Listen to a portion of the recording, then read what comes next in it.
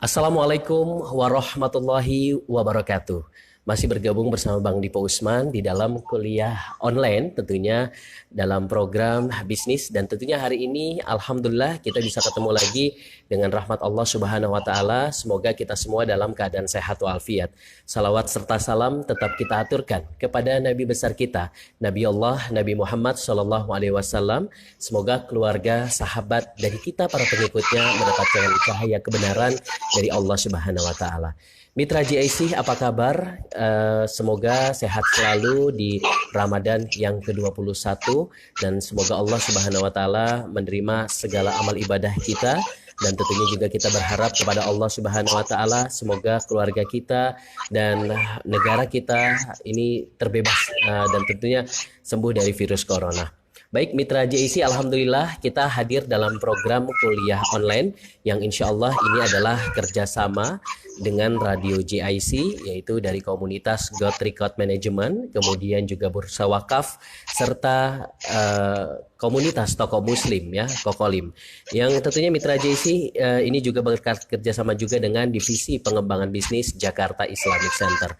Dan Bang Dipo mengawali perjumpaan kita hari ini. Pada kesempatan hari ini Bang Dipo mengajak Mitra JIC dan khususnya buat para peserta kuliah online hari ini, silakan untuk bisa bergabung melalui Facebook kami di Radio JIC, dan tentunya kami juga akan upload acara ini di JIC Channel, JIC TV, dan Jakarta Islamic Center.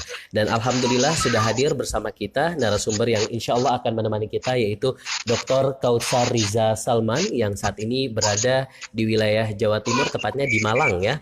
Nanti kita akan sapa-sapa beliau. Nampaknya sudah hadir. Assalamualaikum warahmatullahi wabarakatuh, Ustadz. Waalaikumsalam warahmatullahi wabarakatuh. Iya, alhamdulillah. Gimana Ustadz, kedengaran suara saya Ustadz ya?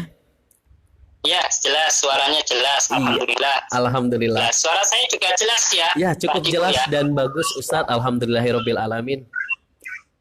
Iya, Ustadz, baiknya Bang Dipo panggil siapa? Ustadz Kautsar atau Ustadz Kautsar aja ya? Ustadz Kautsar aja lah. Ya, alhamdulillah. Ya, Ustadz Kautsar, insya Allah hari ini kita akan kuliah online bersama Mitra GIC semua, kemudian seluruh peserta yang sudah mendaftarkan sebagai peserta kuliah online hari ini. Karena insya Allah kita akan mengangkat satu tema yang berkaitan juga dengan laporan akuntansi syariah, yang insya Allah kita akan bersama-sama akan menyaksikan kurang lebih 60 menit ke depan Ustadz, begitu ya? Ya, jadi kalau kita bicara tentang akuntansi syariah, salah satu isu terkini di kalangan akuntan syariah ini adalah mengenai dampak pandemi COVID-19 terhadap penurunan nilai piutang murabaha, yang tentunya ini sudah Ustadz tuangkan di berbagai tulisan Ustadz ya di swa.co.id. Bang Dipo sudah cukup membaca, dan ternyata ini adalah menjadi satu problem penting untuk kita semua agar memahami tentang bagaimana untuk bisa menyusun laporan akuntansi syariah. Bang Dipo penasaran banget dengan materi ini Ustadz, tapi sebelumnya Ustadz Kautsar bisa menyapa dulu Mitra JIC yang saat ini sedang menyaksikan kita baik melalui Facebook, YouTube maupun melalui Radio JIC di 107.7 FM. Kami persilakan Ustadz. Baik, assalamualaikum warahmatullahi wabarakatuh. Waalaikumsalam warahmatullahi wabarakatuh. Baik, Mitra JIC dan para pendengar radio yang semoga Allah Subhanahu wa taala merahmati kita semuanya. Amin ya rabbal alamin. Alhamdulillah, senang sekali Pak Dipo, sekarang saya bisa ini ya, silaturahim, ya, bisa bertemu dengan acara yang ya lebih pasnya mungkin ini ya, apa namanya itu, ngaji akuntansi syariah sebelum buka gitu. Ya mungkin gitu ya, bisa ya seperti itu ya. Sehingga apa namanya, insyaallah taala bagian dari kebaikan kita untuk menyampaikan bahwasanya akuntansi itu aspek syariahnya itu perlu kita sampaikan ya, perlu kita apa namanya, kita sampaikan, kita dakwahkan bahwasanya akuntansi syariah itu adalah salah satu ya pijakan kita, jadi bukan hanya sebagai alternatif gitu Pak Dipo ya. Sementara itu Pak Dipo. Baik, terima kasih Ustadz Kautsar sudah memberikan sedikit opening yang insya Allah kita akan membahas mengenai kerangka dasar penyusunan dan penyajian laporan keuangan syariah. Yang pasti kalau kita bicara tentang akuntansi syariah, yang di benak kita kan agak gini Ustadz, aduh akuntansi agak susah ya.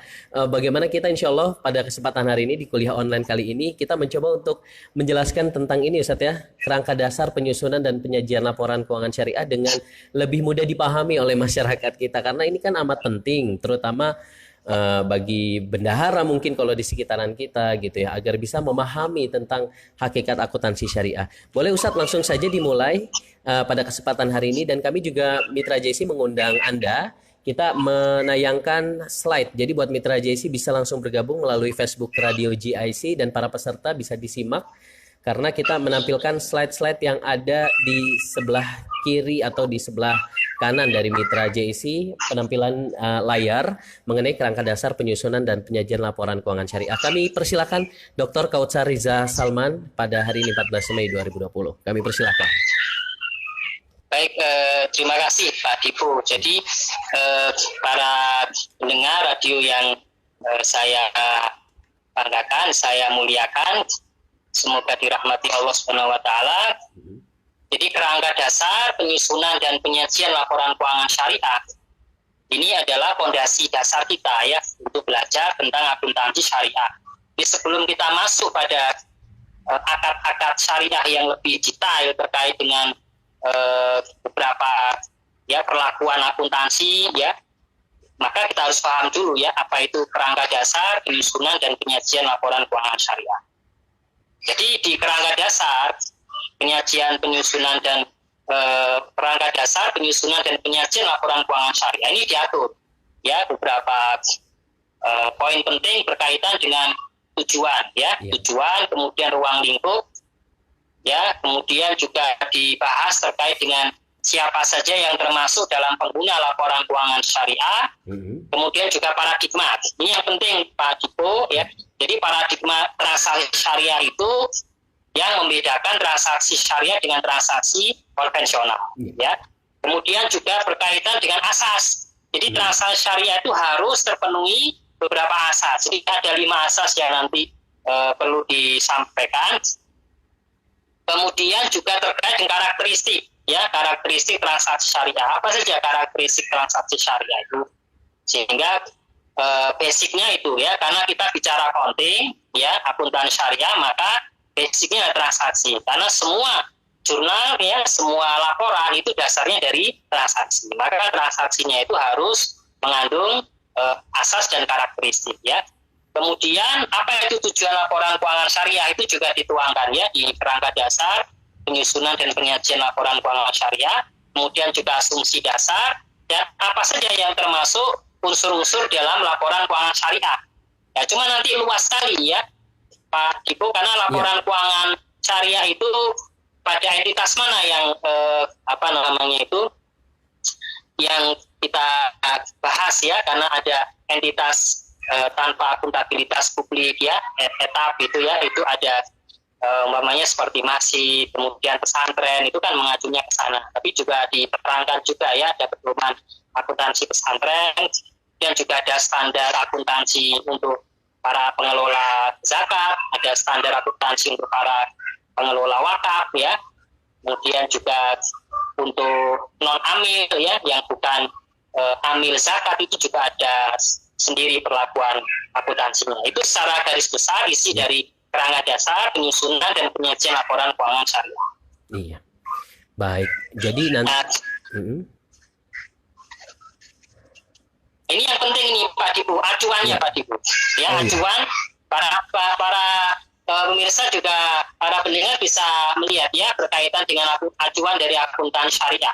Jadi kita membacanya bukan dari atas, tapi kita bacanya dari bawah. Dasarnya apa? Landasan syariahnya. Landasan syariahnya adalah Al-Quran dan Al-Hadis. Ya. Kemudian juga fatwa. Ya, fatwa syariah ini dalam hal ini adalah fatwa dari Dewan Syariah Nasional Majelis Ulama Indonesia. Kalau kita perhatikan seluruh fatwa yang ada, ya dari fatwa nomor 1 sampai dengan fatwa nomor 130, itu fatwanya semuanya merujuknya pada Al-Hadis dan Al-Quran. Ini dijelaskan ya sebelum memberikan penjelasan terkait dengan fatwa berkaitan dengan akad itu harus ada ya pertimbangan dari sisi dalil ya, baik dari Al-Quran maupun Al-Hadis. Nah, kemudian baru setelah landasan syariah itu adalah landasan konseptual. Nah, landasan konseptualnya itu adalah yang kita pahami, yang harus kita pahami ini ya, kerangka dasar penyusunan dan penyajian laporan keuangan syariah. Di atasnya landasan konseptual ya yang lebih operasional, tapi masih dalam kategori tingkat 1, ini yang operasional, tapi masih perlu nanti kalau lebih teknisnya lagi ada lagi. Nah, tingkat yang 1 ini masih dalam bentuk standar. Ya, standar akuntansi syariah, kemudian ada interpretasi standar akuntansi syariah, ya, atau bisa juga standar akuntansi keuangan yang umum, ya, yang diacu, ya, misalnya SHK 45 ya terkait dengan untuk organisasi nirlaba ya, itu dipakai untuk ya masih pesantren itu menggunakan SHK 45 ya, SHK terkait dengan organisasi nirlaba juga berkaitan dengan SHK etap entitas tanpa akuntabilitas. Kemudian di atasnya lagi di tingkat yang kedua itu ada yang lebih teknisnya lagi, yaitu dalam bentuk misalnya buletin teknis. Ya, ada syarat teknis itu diatur. Ada juga pedoman, ya, pedoman atau praktek akuntansi industri misalnya, ya, yang sudah ada ini adalah pedoman akuntansi pesantren. Ya, ini bulan Mei ya, bulan Mei tahun 2018 ya, pedoman akuntansi pesantren ini disusun oleh Bank Indonesia dan bekerja sama dengan Ikatan Akuntan Indonesia untuk memberikan panduan ya berkaitan dengan penyusunan laporan keuangan di pondok pesantren. Kemudian juga ada pedoman akuntansi perbankan syariah Indonesia ya, PAPSI, itu juga masuk pada tingkat yang kedua. Sedangkan untuk tingkat yang ketiga itu lebih praktis lagi ya, lebih teknis lagi ya. Itu berkaitan misalnya ada buku ajar ya, buku teks ya, yang saya juga tulis buku teks atau buku ajar berkaitan dengan akuntansi perbankan syariah, akuntansi syariah, kemudian juga pajak untuk entitas syariah, seterusnya, atau hasil-hasil riset empiris ya, kemudian juga ada artikel-artikel ya, baik artikel di jurnal-jurnal atau artikel di media massa, dan juga pendapat dari para ahli. Kemudian itulah yang itu acuan dari akuntansi syariah yang membedakan ya dengan kalau di prinsip-prinsip akuntansi syariah yang berterima umum yang sebelah kanan ya, namanya kasat, prinsip akuntansi syariah yang berterima umum, sedangkan yang GAAP ya, General Accepted Accounting Principle untuk standar-standar akuntansi umum, tapi itu juga sebagian digunakan. Sebagian juga digunakan. Itu awalan dulu Pak terkait dengan acuan dari akuntansi syariah. Iya. Jadi kalau kita bisa disimpulkan Ustadz Kausar, bahwa kalau syariah itu yang kurang lebih yang ada GASAP ya Ustadz ya, General Accepted Syariah Accounting Principle. Sedangkan yang akuntansi umum yang bertuliskan berwarna merah gitu ya, atau mungkin bagi mitra JC yang melihat di sebelah kiri. Oh, itu mungkin yang membedakan antara landasan syariah dengan landasan syariahnya Ustadz ya, untuk akuntansi syariah dengan akuntansi yang konvensional. Baik. Ya, salah satu gini Pak Kipu ya, misalnya terkait dengan dalil di Al-Quran itu kan dijelaskan misalnya dalil berkaitan dengan wa ahallallahu al-bai'a wa harrama riba. Allah menghalalkan jual beli dan Allah mengharamkan riba. Jelaskan dalam hadis, di dalam Al-Qur'an. Kemudian di dalam ayat Al-Qur'an yang lain juga, ya ayyuhalladzina amanu idza tadayantum bidainin ila ajalin musamman faktubu. Hai orang-orang yang beriman, jika kalian bertransaksi ya secara tidak tunai ya, utang piutang, maka catatlah. Itu bagian dari dalil-dalil yang ada di dalam Al-Quran yang terkait dengan akad syariah ya, tergantung nanti akad jual beli apa gitu ya yang digunakan. Tapi ini adalah kemudian al-hadis ya, misalnya dijelaskan hadis yang mengatakan innamal bai'u antarodin, innamal bai'u antarodin, sesungguhnya akad jual beli itu hanya atas dasar sukarela, yang nggak boleh ada paksaan. Ya, maka ini menjadi dasar ya dalam setiap akad ya, dasar itu kemudian dituangkan ya dalam bentuk fatwa, dan juga nanti ketika fatwanya sudah ada kemudian baru disusun dalam bentuk standar akuntansi keuangan, yang nanti standar akuntansi keuangan menjadi acuan dari para entitas syariah. Oke. Itu Pak Ibu. Ya, silakan Ustadz. Bagaimana untuk mengenai fatwa MUI mengenai akuntansi syariah? Apakah memang ini sudah sudah dipelajari betul? Karena Bang Dipo baru tahu juga gitu. Ternyata selain ada akuntansi konvensional juga ada akuntansi syariah. Nah, dari fatwa MUI-nya gimana Ustadz? Boleh disampaikan Ustadz? Baik, ini menarik ya, karena perkembangan dalam fatwa Dewan Syariah Nasional ya, MUI itu sampai sekarang ada 130 fatwa ya. Nah, kemudian terkait dengan standar akuntansi, maka standar akuntansi keuangan syariah harus ya mengacu pada fatwa yang ada. Okay. Dan sebelum diterbitkan standar akuntansi keuangan, namanya PSAK 102 ya, berkaitan dengan standar akuntansi murabahah itu sebelum dipublish ya, sebelum diterbitkan, itu harus ada ya kesesuaian dengan fatwa yang terkait. Okay. Fatwa-fatwa yang terkait dengan SAK itu yang nanti dikaitkan kesesuaian ya antara standar dengan fatwa-fatwa, artinya tidak ada penyimpangan dan sesuai dengan fatwa. Baru kemudian setelah dapat surat dari MUI ya, baru kemudian diterbitkanlah PSAK terkait. Oke, jadi perjalanan PSAK syariah itu cukup lumayan Ustaz ya, sampai membutuhkan 6 langkah tadi yang tadi sudah disampaikan sampai akhirnya terbitlah gitu Ustaz ya, akuntansi syariah gitu.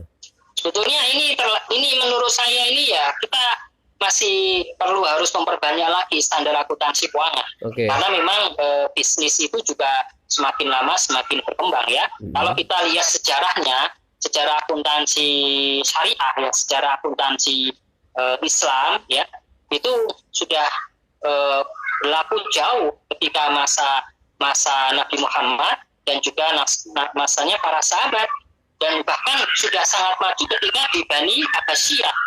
Itu sudah lengkap itu, baik praktek akuntansi di pemerintahan ya pada saat itu ya, ada jurnal, sudah ada laporan ya, ada buku besar, ada buku pembantu, ada laporan keuangannya, itu sudah lengkap semuanya.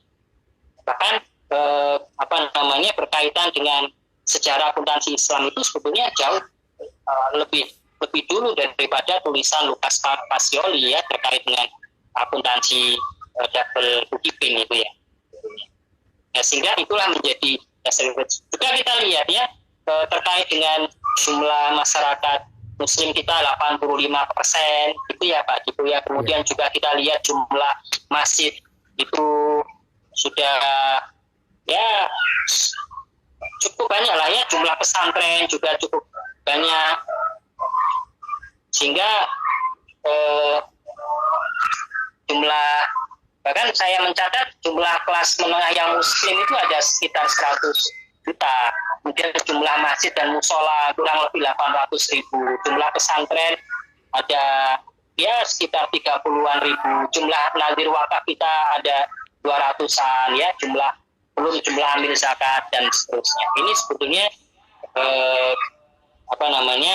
potensi dan peluang kita untuk kita terapkan ya akuntansi syariah sebagai bentuk pertanggungjawaban dari pihak perusahaan kepada masyarakat, kepada stakeholder ya. Karena kita di syariah ini kalau berpikir pihak lain itu tidak sama ya dengan akuntansi konvensional. Kalau akuntansi konvensional lebih fokusnya hanya ke para pemegang saham. Tapi kalau untuk akuntansi syariah itu sebenarnya kita juga banyak para stakeholder kita.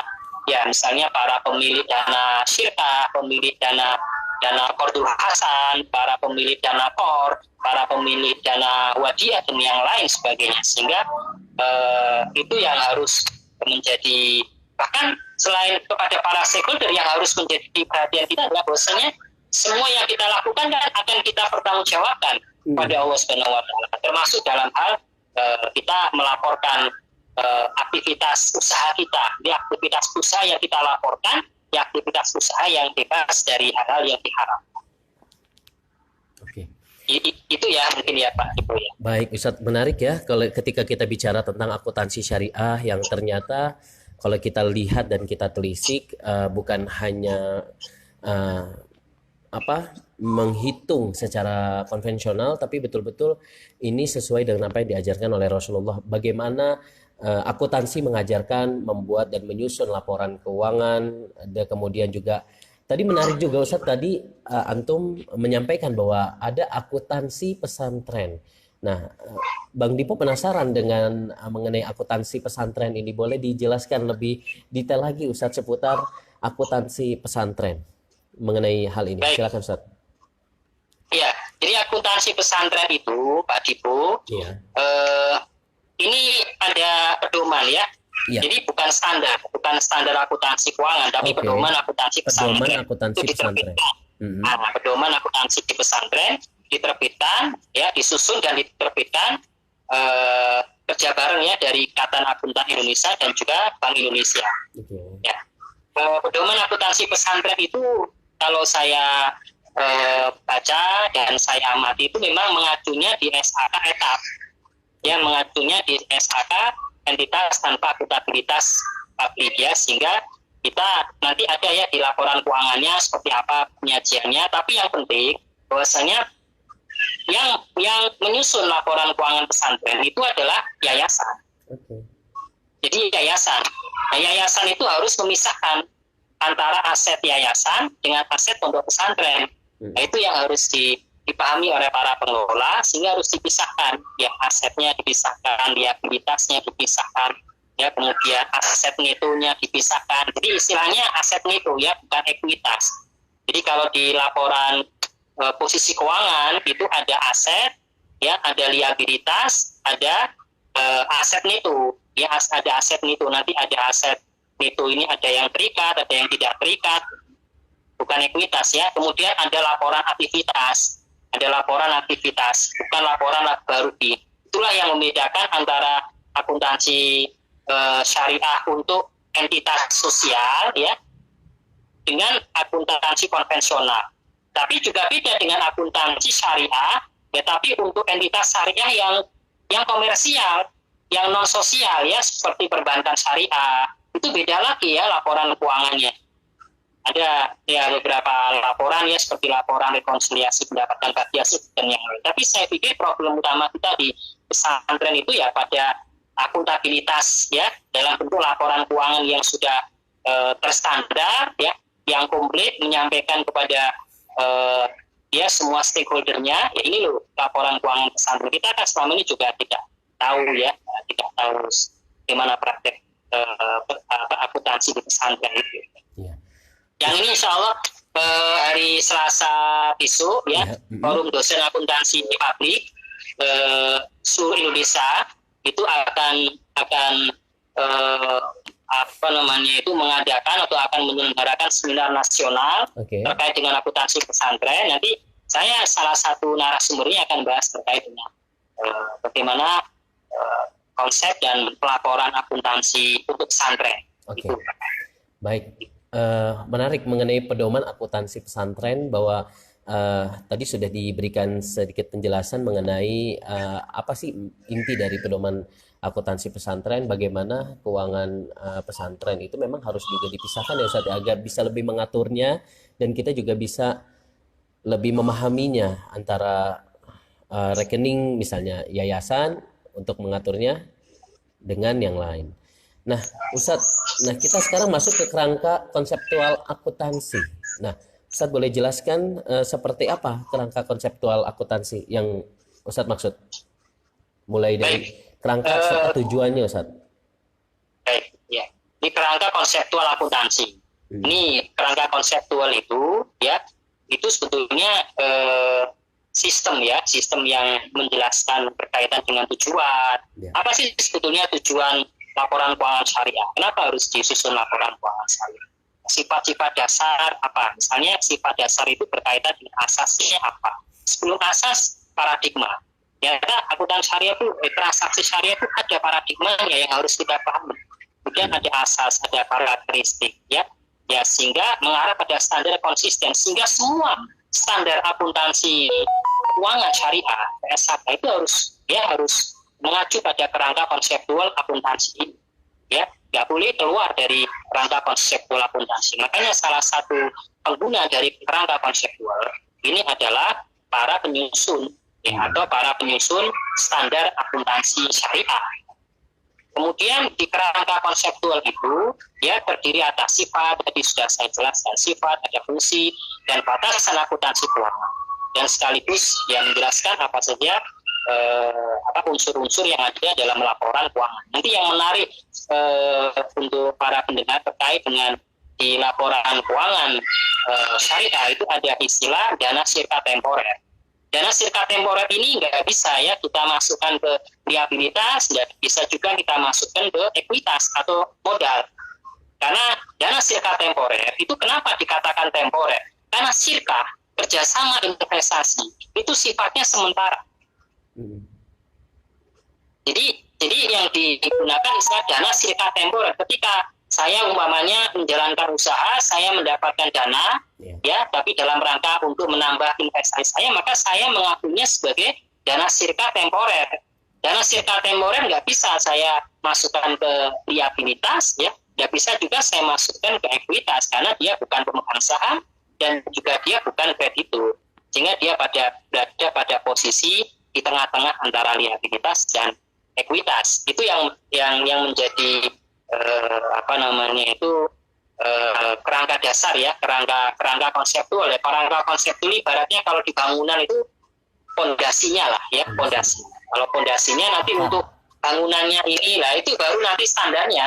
Standarnya ini, ya, standarnya terkait dengan akuntansi murabahah, standarnya yang terkait dengan akuntansi salam, standar ini terkait dengan akuntansi istisna, standar ini terkait dengan akuntansi jaro, standar ini terkait dengan akuntansi murabahah, terkait dengan akuntansi mudorobah, terkait akuntansi musyarakah. Itu kerangka konseptual itu yang menjadi dasar. Iya, Ustadz, artinya sebelum kita belajar tentang akuntansi syariah, seseorang yang ingin serius di bidang ini memang harus mempelajari tentang ini, Ustadz, ya, ilmu-ilmu muamalah gitu, Ustadz. Iya, jelas. Karena dalam kerangka konseptual ini, kerangka dasar penyusunan, ya, kerangka dasar penyusunan dan penyusunan laporan keuangan syariah. Ini ada, ya, asas-asas yang harus dipahami, ya, dan juga karakteristik. Umpamanya asasnya itu salah satunya ada asas keadilan. Ya, asas keadilan itu di mana transaksi itu harus memberikan keadilan pada semua pihak yang bertransaksi. Nggak boleh yang satu dia memperoleh keuntungan di atas kerugian yang lain, ya, kemudian di situ ada unsur-unsur ribanya, ada unsur maisirnya yang berpotensi akan merugikan salah satu pihak. Artinya kita mencegah terjadinya pedzaliman satu pihak kepada pihak lain. Itu salah satu asas. Sehingga ini harus kita pahami betul, ya, kerangka dasar ini atau kerangka konseptual ini, sehingga menjadi pijakan kita ini. Baik. Ya, kerangka dasar. Karena kerangka dasar ini juga acuannya adalah pada Al-Quran, acuannya pada Al-Hadis, dan juga acuannya pada fatwa-fatwa Dewan Syariah Nasional. Oke, baik. Jadi sudah mulai tergambarkan bagaimana kerangka konseptual akuntansi. Nah, lalu pertanyaannya setelah kita mengikuti kerangka yang tadi sudah Ustadz sampaikan, Ustadz Salman sampaikan, Ustadz Kausar sampaikan, apa sebenarnya tujuan utama kita mengikuti ataupun belajar akuntansi syariah itu sendiri, Ustadz? Tujuan utama bagaimana penyusunannya dan kemudian auditornya. Nah, ini gimana, Ustadz? Ya, baik. Ini menarik, ya, pertanyaannya Pak Dibu, dan juga saya sampaikan kepada para pendengar radio semuanya bahwa pentingnya akuntansi syariah itu pada banyak pihak, ya, baik itu kepada akuntannya, ya, yang menyusun laporan keuangan, maka para pengusaha yang menyusun laporan keuangan harus dipisahkan, ya, pendapatan-pendapatan yang tidak halal atau pendapatan yang haram harus dikeluarkan dari laporan laba rugi, misalnya seperti itu, ya. Kemudian juga para auditor yang melakukan audit ya pemeriksaan terhadap laporan keuangan entitas syariah, ya mengaudit perbankan syariah, dia mengaudit entitas asuransi syariah, ya harus paham itu. Dia mengaudit laporan keuangan amil, mungkin mengaudit laporan keuangan nazir, wakaf, ya harus paham itu semua. Kemudian juga selain itu tentu dibutuhkan juga pada para pengguna laporan keuangan yang lain, karena sifat akuntan syariah itu kan sebetulnya lebih kepada pengungkapan yang sifatnya harus pengungkapan penuh, ya, full disclosure dan juga social disclosure juga, dimana perusahaan itu dia memberikan informasi keuangan yang lengkap, ya, yang didasarkan pada data yang valid kepada para stakeholdernya. Para stakeholdernya itu sangat banyak kalau di laporan keuangan syariah. Ada stakeholdernya juga sudah saya sampaikan tadi. Misalnya ada para pembayar zakat, ya, pada para penerima zakat, dan juga stakeholdernya pada pemberi dana port, kemudian juga pada pemberi dana syirkah temporer, kemudian juga misalnya pada para pengguna yang lain. Itu banyak ya untuk pengguna laporan keuangan syariah. Sehingga ya itulah pentingnya kita belajar akuntan syariah, ya, pentingnya kita untuk mempelajari itu dan kemudian kita praktekkan, ya, bagi para pengusaha praktekkan akuntan syariah, bagi AMIN, ya, coba mengacu di PSAK 109, ya, para pengurus wakaf, ya, pengelola wakaf mengacu pada PSAK 112 mulai ya untuk menyusun sesuai dengan standar akuntansi, karena akan lengkap itu penyajian laporan keuangan jika mengacu pada standar yang ada. Okay. Baik Ustadz, saya juga ingin bertanya mengenai problem solving masalah akuntansi syariah yang belum ada standarnya. Artinya saat ini memang belum ada standar yang baku ya Ustadz ya mengenai hal ini. Ya, terkait dengan standar akuntansinya sebagian ada sampai sekarang.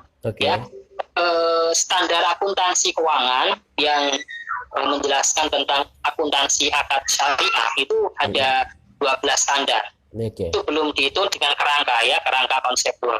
Kerangka konseptual sendiri sudah ada. Kemudian PSAK 101 terkait dengan penyajian laporan keuangan syariah. Kemudian ada PSAK 102 terkait dengan akuntansi murabahah. PSAK 103 terkait dengan akuntansi salam. PSAK 104 akuntansi istisna. PSAK 106 yaitu banyak, termasuk pedomannya, termasuk pedoman akuntansi pesantren, termasuk pedoman akuntansi perbankan syariah Indonesia. Itu juga lebih teknis, ya, bedanya kalau pedoman dengan standar. Kalau pedoman itu dari mulai menjelaskan terkait dengan pengakuan, pengukuran sampai disajikan laporan keuangan. Tapi kalau standar misalnya berkaitan dengan akuntansi amil, ya, itu memang ada, ya, sudah sekali yang dijelaskan terkait dengan laporan keuangan amil. Tapi akuntansi untuk akadnya, misalnya akad terkait dengan sewa, itu nanti laporan keuangannya mengacunya di PSAK 101, ya, yang membahas tentang penyajian laporan keuangan syariah. Oke, baik. Nah, Ustadz, selanjutnya mengenai ruang lingkup dari akuntansi syariah itu seperti apa, Ustadz? Ruang lingkup dari apa yang tadi sudah disampaikan oleh Pak Dr. Kautsar. Baik, ini menarik, ya, terkait dengan ruang lingkupnya, ya, skupnya lah, ini skupnya, ya, di laporan keuangan yang bertujuan umum, ya. Kemudian kita harus pelajari, ya, bahwasanya tujuan laporan keuangan syariah kita harus paham, salah satunya adalah, ya, tujuan laporan keuangan syariah adalah untuk memastikan kepatuhan entitas terhadap prinsip-prinsip syariah, itu yang pasti. Kemudian laporan keuangan itu terbagi menjadi dua, laporan keuangan aktivitas komersial, kemudian laporan keuangan aktivitas sosial. Inilah yang sebetulnya merupakan esensi dari prinsip keseimbangan itu, tawazun, ya, tawazun, keseimbangan, ini keseimbangan komersial dengan sosial, keseimbangan bisnis dengan sosial, keseimbangan material dengan spiritual. Itulah sebetulnya.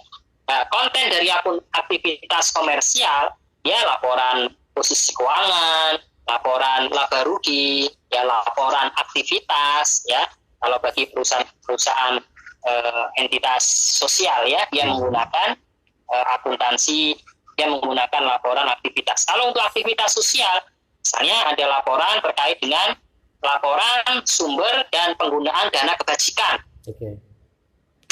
Qardul Hasan, ada laporan sumber dan penyaluran dana zakat. Ini bagi non amil juga cuman ini saya sampaikan ya berkaitan dengan pembayaran zakat ada perbedaan ya, apakah zakat itu hanya untuk individu atau untuk entitas perusahaan ya. Kemudian semua jenis transaksi syariah yang dilaporkan, entitas syariah dan entitas konvensional, baik publik dan swasta. Jadi kalau entitas syariah, ya dia mengacunya ke PSHK syariah. Nah, tapi kalau entitas konvensional, yang dia melakukan transaksi syariah, itu nggak perlu dia menyusun laporan keuangan syariah secara komplit, enggak. Tapi dia hanya melaporkan transaksi yang sesuai aja dengan PSHK syariah. Misalnya ada perusahaan yang dia bukan entitas syariah, dia konvensional, dia mengajukan pembiayaan murabahah, dia mengajukan pembiayaan mudorobah di bank syariah. Maka dia mengacu ya baik itu pengakuan, pengukuran, penyajian dan pengungkapan laporan keuangan berkaitan dengan akad murabahah, itu dia mengacunya di PSHK 102. Jadi dia hanya melaporkan transaksi yang terkait aja dengan transaksi yang dia lakukan. Tidak perlu menyusun semuanya. Sama seperti pengusaha, misalnya pengusaha ada dua pengusaha dia melakukan akad mudorobah, yang satu sebagai pemilik, ya, yang satu sebagai sahibul mal, yang satu sebagai pengelola, ya. Maka mereka bisa mengacu di SHK syariah. Dan mereka bisa mengacu di SHK syariah dalam konteks misalnya bagaimana cara bagi hasilnya, bagaimana cara pencatatannya, semuanya bisa diaju ke PSHK syariah.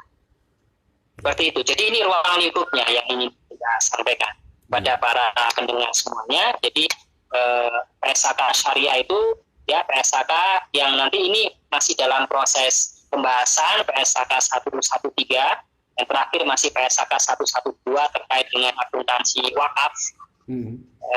Itu sudah tahun 2018 ya, atau 2019 kemarin sudah diterbitkan terkait dengan wakaf, tapi nanti baru diterapkan baru tahun 2021. Jadi berlaku prospektif ya, berlaku prospektif ke depan. Ya, tapi siapkan meskipun belum diterapkan PSHK wakaf, tapi disiapkan dari mulai sekarang. Para pengelola wakaf bisa menyusun ya laporan keuangan yang berdasarkan pada standar. Mungkin lebih mudahnya misalnya dengan menggunakan aplikasi atau dengan menggunakan software yang mungkin sudah ada di pasar. Iya. Nah itu menarik seperti itu Pak Gitu. Baik. Jadi tadi sudah dijelaskan mengenai ruang lingkup yang artinya ini semakin tahun ini semakin terus ada inovatif di dalamnya, artinya akan semakin ada kembali peraturan-peraturan ataupun yang tadi sudah dijelaskan mengenai entitas ya Ustaz ya. Iya, betul. Nanti nggak hanya ini, bisa jadi nggak hanya pesantren. Iya. Ya. Nanti perlu misalnya pedoman akuntansi masjid. Ya, bisa akuntansi hotel syariah. Oke. Pedoman akuntansi rumah sakit syariah. Iya. Itu bisa, cuman kan belum ada. Belum ada. Jadi artinya semakin tahun nanti semakin bervariatif untuk ininya Ustaz ya, mengenai akuntansi pedoman-pedomannya. Dan untuk sementara tadi sudah dijelaskan pedoman akuntansi pesantren dan akuntansi perbankan syariah gitu Ustaz ya. Iya, baik. Nah, Ustaz, mengenai sebetulnya menariknya akuntansi. Iya. Kalau mengenai pengguna dari akuntansi syariah itu boleh dijelaskan, karena Bang Dipo masih agak bingung nih mengenai tabel yang Ustadz share di kita semua. Ada investor, kinerja entitas syariah, sampai yang ke-11 masyarakat. Nah, boleh dijelaskan Ustadz mengenai tabel ini? Baik, ini adalah terkait dengan pengguna laporan keuangan syariah.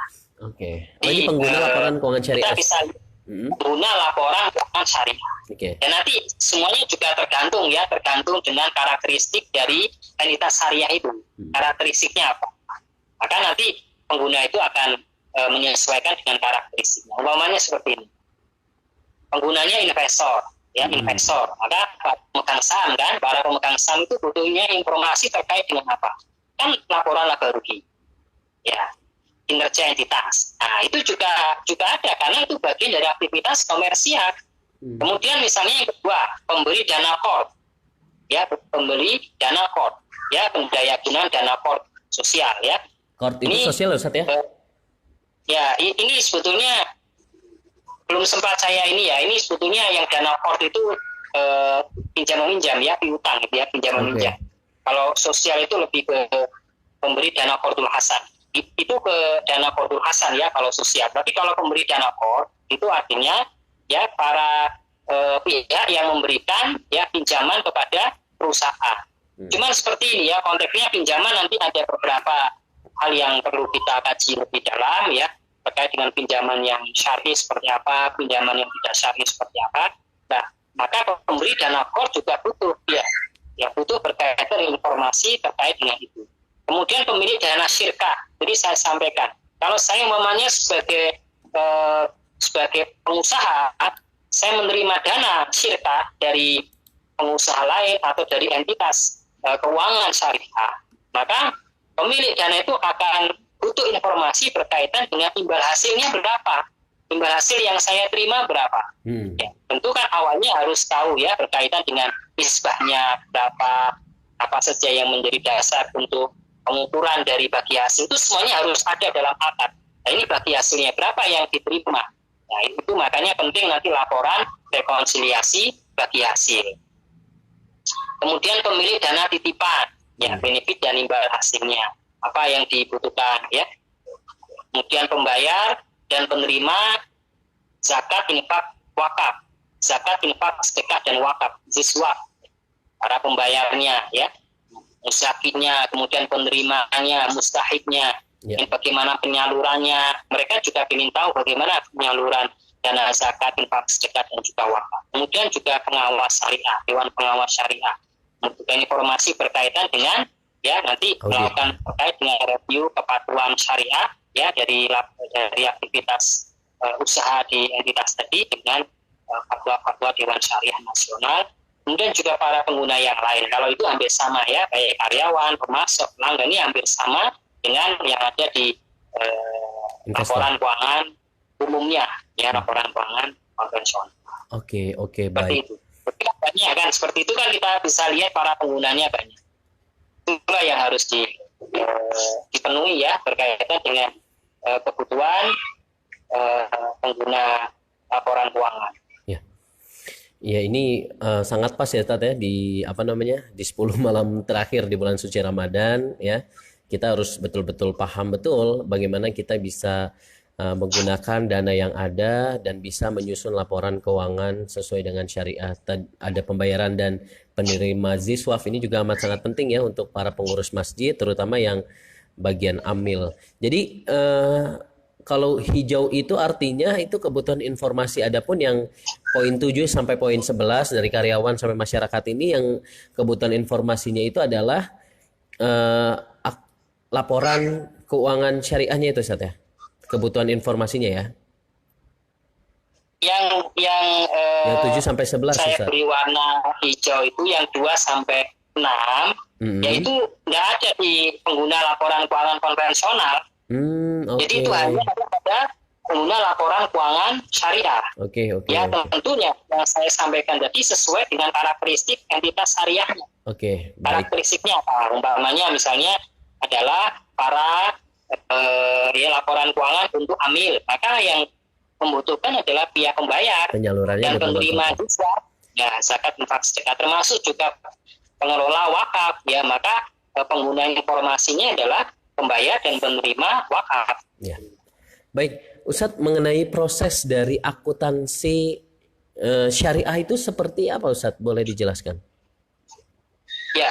Baik, ini kita perlu tahu dulu ya, proses akuntansi secara umum itu dari awalnya dari transaksi ya. Transaksi itu kenapa dikatakan transaksi? Ya, karena bisa dikuantifikasikan ya, transaksi apapun bisa dikuantifikasikan, maka transaksi ekonomi, maka kemudian baru catat ya, itu ada masuk perlakuan akuntansi, apakah itu berkaitan dengan pengakuan, pengukuran ya, kemudian penyajian dan pengungkapan ya, kemudian baru terakhir nanti akan disajikan laporan keuangan. Ini kan proses akuntansi secara umum. Tapi kalau berkaitan dengan proses akuntansi syariah, maka yang harus ditekankan pada dasarnya ya, itu adalah transaksi syariahnya itu. Di transaksi syariah yang dilakukan itu harus berdasarkan pada prinsip-prinsip syariah. Itu yang diatur di kerangka dasar tadi. Jadi tidak boleh transaksi syariah yang di situ mengandung unsur riba, yang mengandung unsur borornya, mengandung unsur maisirnya, ya. Kemudian setelah transaksi syariahnya clear, yang dijadikan sebagai dasar pencatatan, maka baru masuk ke perlakuan akuntansi. Perlakuan akuntansinya itulah yang mengacu kepada PSAK terkait dan juga mengacu kepada pedoman. Jadi yang nggak diatur di PSAK, misalnya pesantren, ya maka mengacunya di pedoman akuntansi pesantren dan juga mengacunya dia pada SAK etap. Nah, nanti baru dihasilkan laporan keuangan berdasarkan pada PSAK 101. Ya, boleh misalnya perbankan syariah mengacunya di PSAK 101. Asuransi syariah itu mengacunya di PSAK 101. Laporan keuangan amil zakat itu mengacunya di PSAK 109. Laporan keuangan asuransi syariah mengacunya di PSAK 108. Laporan keuangan pondok pesantren mengacunya di pedoman akuntansi pesantren. Ya, seperti itu cara membaca dari proses akuntansi untuk syariah, mulai dari transaksi sampai dengan laporan keuangan SHK berdasarkan pada SHK. Nanti akan lebih jauh apa itu transaksi syariah, itu yang penting terkait dengan prosesnya dulu. Iya. Jadi transaksi syariah ini adalah transaksi yang dilakukan berdasarkan prinsip syariah dan dalam hal proses perlakuan serta laporan keuangannya ini harus mengacu kepada tadi aturan yang ada, Ustadz ya? Iya, harus mengacu ke standar akuntansi keuangan. Iya, artinya nanti akan juga mengacu ke pedoman. Ini akan semakin berkembang karena masih banyak lagi yang belum diatur ya, Ustadz ya? Iya. Mulai dari tadi seperti masjid belum gitu ya, sementara kan belum. Mudah-mudahan ini terus semakin berkembang, Ustadz ya, bagaimana Islam memberikan solusi dalam hal ini mengenai laporan keuangan syariah itu sendiri. Nah, Ustadz, mengenai alur dari akuntansi syariah itu seperti apa, Ustadz, mengenai transaksi syariah dan fasilitas syariah? Entitas syariah maksud kami, Ustadz. Baik, ini ya. Jadi yang PSAK syariah, di PSAK syariah itu dari PSAK 101 ya sampai dengan PSAK 10112 dan juga saya kaitkan dengan pedoman akuntansinya, maka itu terbagi menjadi dua. Yang pertama itu ya akuntansi berkaitan dengan transaksinya atau bahasanya akad atau bahasa sederhananya kontrak berdasarkan pada kontraknya. Ya, PSAK yang mengatur itu ada akuntansi murabahah, ya, kemudian akuntansi salam, ya, akuntansi istisna, akuntansi mudharabah, musyarakah. Mudharabah, musyarakah itu investasi atau pembiayaan. Ijarah, jual beli jasa, dan wa'ad atau janji. Tapi wa'ad itu beda ya, kalau yang murabahah sampai dengan ijarah, ya sewa, itu adalah akad atau kontrak, sudah ada perjanjian. Tapi kalau wa'ad itu masih dalam bentuk janji saja, sehingga secara accounting ya, secara akuntansi syariah itu nggak perlu dicatat, nggak perlu diukur, nggak perlu disajikan di laporan keuangan, hanya perlu diungkapkan dalam catatan atas laporan keuangan. Misalnya catatan atas laporan keuangannya itu menunjukkan misalnya mengungkapkan berkaitan dengan wa'ad atau janji entitas syariah ya kepada entitas syariah yang lain. Itu diungkapkan di CALK, catatan atas laporan keuangan.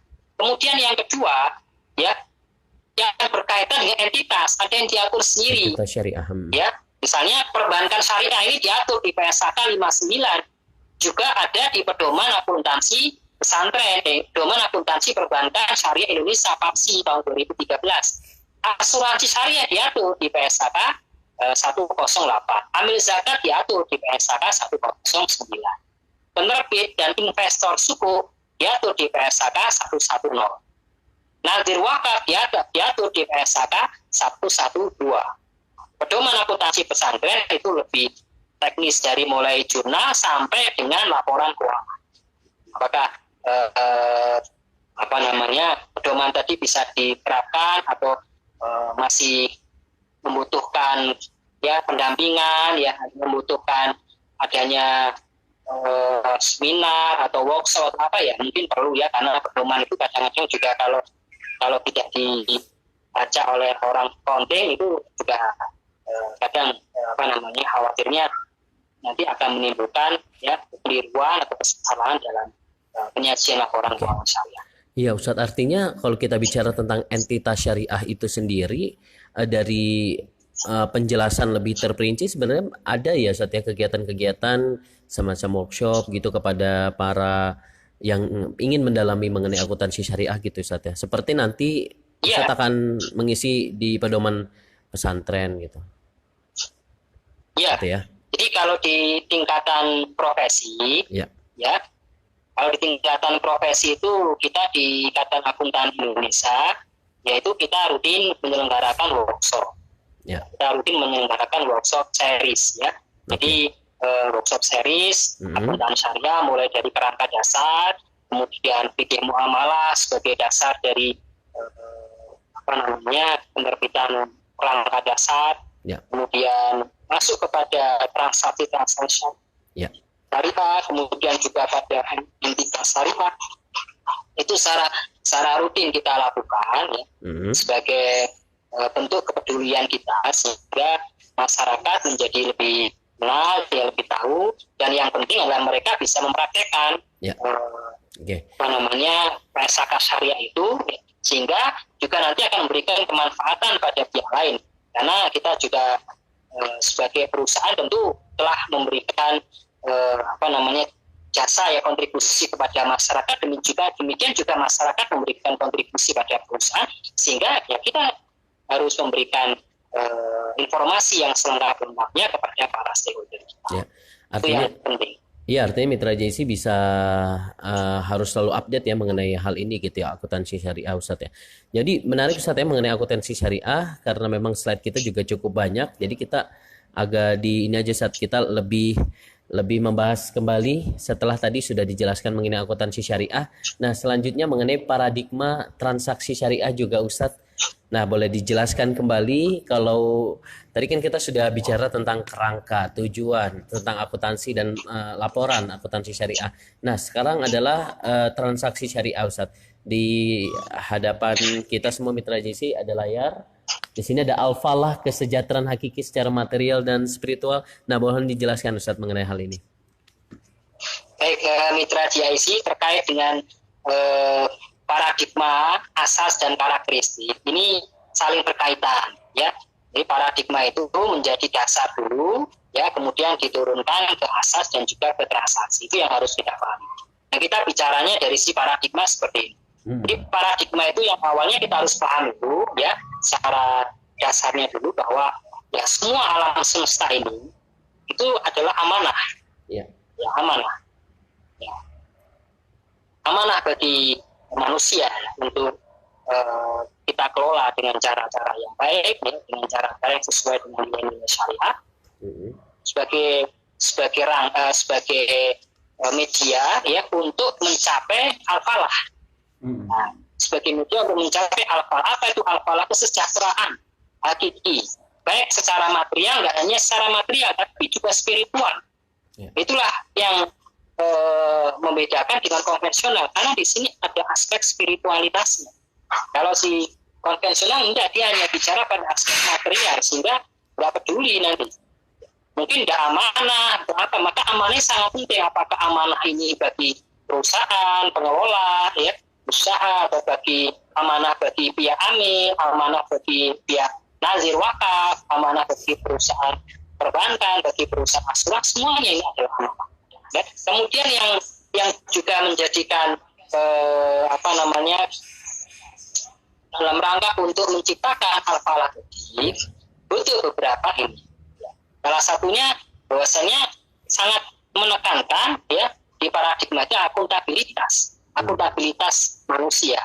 Jadi ada akuntabilitas vertikal dan juga ada akuntabilitas horizontal. Akuntabilitas vertikal ini adalah ya untuk ya kita ya beribadah kepada Allah Subhanahu wa taala. Kita niatkan semuanya dalam rangka kita beribadah kepada Allah Subhanahu wa taala.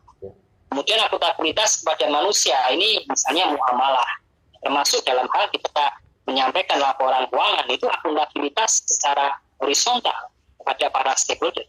Dan pijakan kita berkaitan dengan ini adalah syariat dan akhlak. Syariah itu berkaitan dengan indikator baik dan buruk. Maka indikatornya adalah harus dengan menggunakan indikator syariah, bukan indikator subjektivitas antar orang. Misalnya itu boleh, ini baik, benar, itu enggak. Tapi indikatornya harus sesuai dengan prinsip syariah dan akhlak. Jadi indikator baik buruknya, benar salahnya aktivitas usaha itu adalah dasarnya pada prinsip-prinsip syariah. Nah, kita kenal ada ada barang-barang yang dilarang ya untuk diperjualbelikan secara adatnya atau berdasarkan pada cara perolehannya. Ya. Kemudian juga itu ada yang subhat dan yang lain, itu kan harus kita pahami dalam koridor prinsip-prinsip syariah. Sehingga dari situ akan terbentuklah tata kelola ya disiplin dan pasar yang baik. Ya. Tata kelola perusahaan akan menjadi lebih baik karena akan menciptakan sebuah integritas. Kita punya integritasnya apa? Karena kita harus menjalankan itu semuanya dalam rangka kita meningkatkan kebahagiaan ya, secara material dan juga spiritual, bentuk juga pertanggungjawaban kita kepada Allah Subhanahu wa taala dan juga kepada para stakeholder yang lain. Nah, itu paradigmanya. Paradigma itu menjadi dasar. Nah, sehingga kalau digambarkan, jadi ada landasannya, ada dimensinya, ada sifat. Landasannya itu amanah. Ya. Jadi semua yang kita lakukan dalam konteks dengan transaksi syariah itu amanah semua. Pemilik dana juga ya sebagaimana pengelola, semuanya masing-masing punya hak dan kewajiban yang harus ditunaikan ya sesuai dengan akad yang sudah disepakati, amanah. Kalau para pengelolanya amanah, Masya Allah, maka usaha tadi menjadi berkah ya. Dan menjadi sarana kebahagiaan kehidupan. Ya, tidak hanya pada sisi material saja, tidak hanya pada peningkatan maksimalisasi laba saja, tapi harus kalau bisa maksimalisasi misalnya pada maksimalisasi zakat, maksimalisasi infak, sedekah. Kalau perusahaan semakin besar jumlah income-nya, profitnya, mestinya harusnya semakin besar pula infak sedekahnya pada masyarakat dan juga wakafnya. Kesejahteraan hakiki, material dan juga spiritual. Nah, itu yang menjadi landasannya. Kemudian dimensinya, jadi ada dimensi, ada akuntabilitas, ada dimensi ilahiyah, bertanggung jawab kita kepada Allah dan juga bertanggung jawaban kepada para stakeholder. Tidak memandang apakah itu para pemegang saham saja, tapi juga pada semua stakeholder, maka harus diberikan porsi yang seimbang. Ya, kalau kita misalnya lebih mengutamakan pada satu pihak saja, maka setidaknya kita akan berbuat kedoliman pada pihak yang lain. Jadi semuanya harus kita tempatkan sesuai dengan tempatnya. Itu juga dikaitkan dengan asas keadilan. Kemudian syariah dan akhlak. Syariah misalkan memerintahkan wa halallahu al-bai'a wa harrama riba. Syariah memerintahkan untuk membolehkan jual beli dan mengharamkan riba, maka lakukan itu. Jelas, ini sudah jelas perkaranya, mana yang halal, mana yang haram, maka lakukan yang halal, tinggalkan yang haram. Itu kan syariah bunyinya seperti itu. Akhlak yang baik juga bagian dari adab ya. Baik, pokoknya baik dan buruk, benar dan salah harus parameternya dari syariah. Sehingga akan membentuk ya integritas itulah yang akan membentuk tata kelola yang baik. Ya, dan pasti dan disiplin pasar. Kalau semuanya pada paham ya berkaitan dengan fikih muamalah. Makanya tadi saya sampaikan fikih muamalah itu sebagai dasar ya dari paradigma transaksi syariah ini, dasar dari perangkat dasar itu ya pemahaman terkait dengan fikih muamalah. Kemudian sifat, ya tentuan syariah hukum Islam berlaku dan mengikat dalam kegiatan muamalah bagi pelaku dan stakeholder yang bersedia mengikat. Al-muslimuna ala syurutim, itulah bunyinya di salah satu hadis. Al-muslimuna ala syurutim. Orang-orang yang muslim itu terikat dengan perjanjiannya. Jadi kalau dia sudah mengikat perjanjiannya, berarti mengikat. Ketika misalnya dia akhirnya melakukan kesalahan atau dia melakukan kelalaian yang disengaja atau kesalahan yang pelanggaran dalam kontrak, maka yang terjadi akadnya bisa batal. Karena dia sudah melakukan perbuatan-perbuatan yang sudah melanggar kontrak atau kesepakatan. Itulah sebetulnya pemahaman kita berkaitan dengan perikatan akad. Iya, baik. Dia juga saling menguntungkan, sinergis, harmonis, ya, nggak boleh kita terima untung di atas penderitaan orang lain, di atas kerugian orang lain. Harus sama-sama bersinergi. Seperti misalkan mudoroba, itu kan bersinergi. Iya. Kalau cuma orang yang punya modal saja, dia punya modal tapi dia nggak punya skill, maka nggak akan jalan, nggak akan bisa berputar modalnya. Okay. Orang yang punya skill nggak punya modal, ya gimana dia mau memulai usahanya? Wong dia nggak ada dana untuk beli aset non kasnya lah, beli peralatan lah. Sehingga itulah pentingnya ya sifat dari transaksi syariah itu adalah saling menguntungkan, sinergis dan juga harmonis. Okay. Karena kita bersaudara.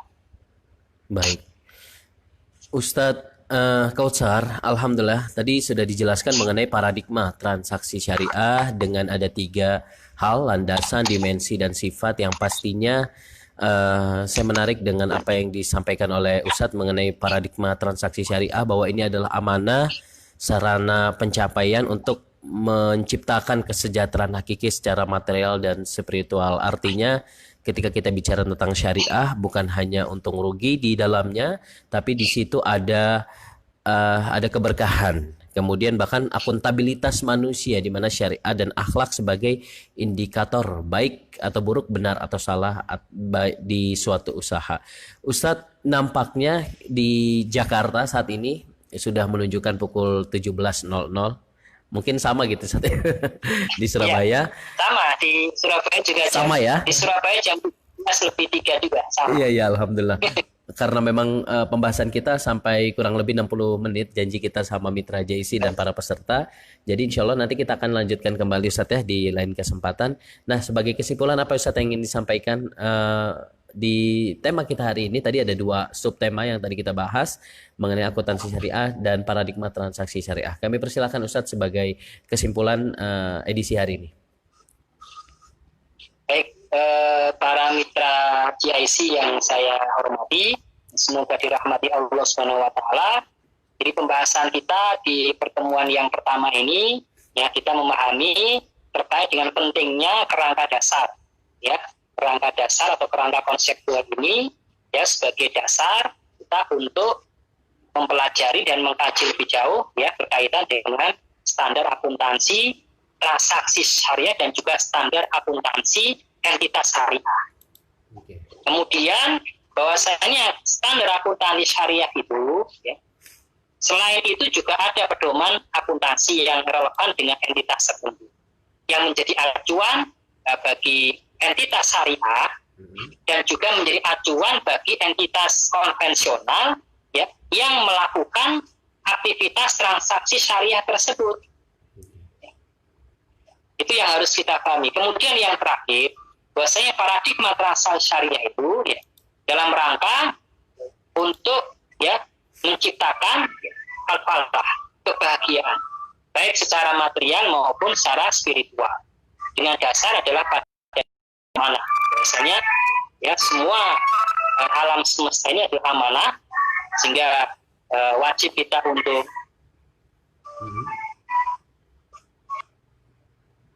Halo, Sat? Halo?